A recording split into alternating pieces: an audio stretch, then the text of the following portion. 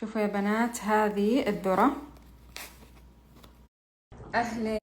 شوفوا يا بنات هذه الذرة شريتها أمس. كل ما هنالك إما إنك تخففين شوي من القشر، يعني تخلين فيها 2 بس مثلا، أو تحطينها زي ما هي. أنا بحطها زي ما هي، ما راح أخفف ولا شيء. خلوها 4 دقايق بالميكرويف.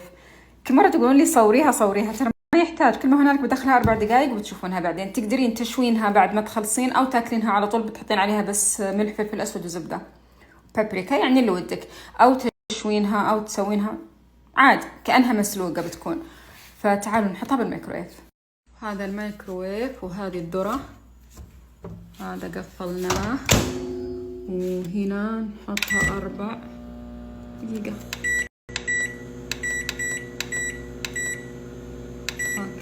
اوكي تمام. ننتظرها. طلعناها خلاص بفك هذا، بس ترى حارة، خلوني افكه. شوفوا الدخنة.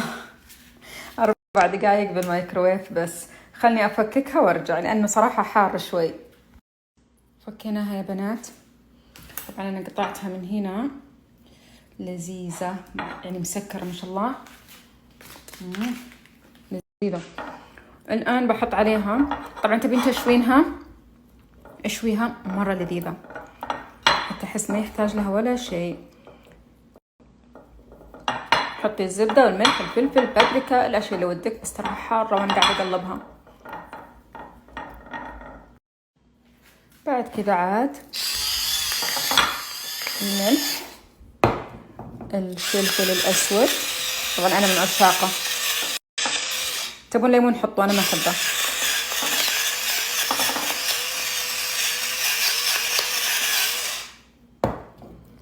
بابريكا. بعدين التاهين أصلا في حموضة كفاية. يمي. طبعا لو بتحطون عليها من بهارات التوليفة حقت البطاطس بتطلع بعد يمي. آخر شيء اللي ودها تحط تاهين أو كيجن، اللي ودكم، يعطي طعم خيال.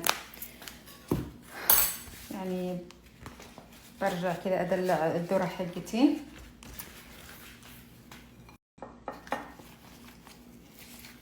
بالعافية. بغت تطيح.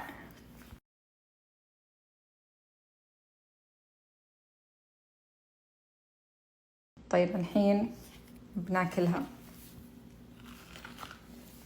عشان تشوفون. لذيذة، شفتوا؟ مستوية تمام.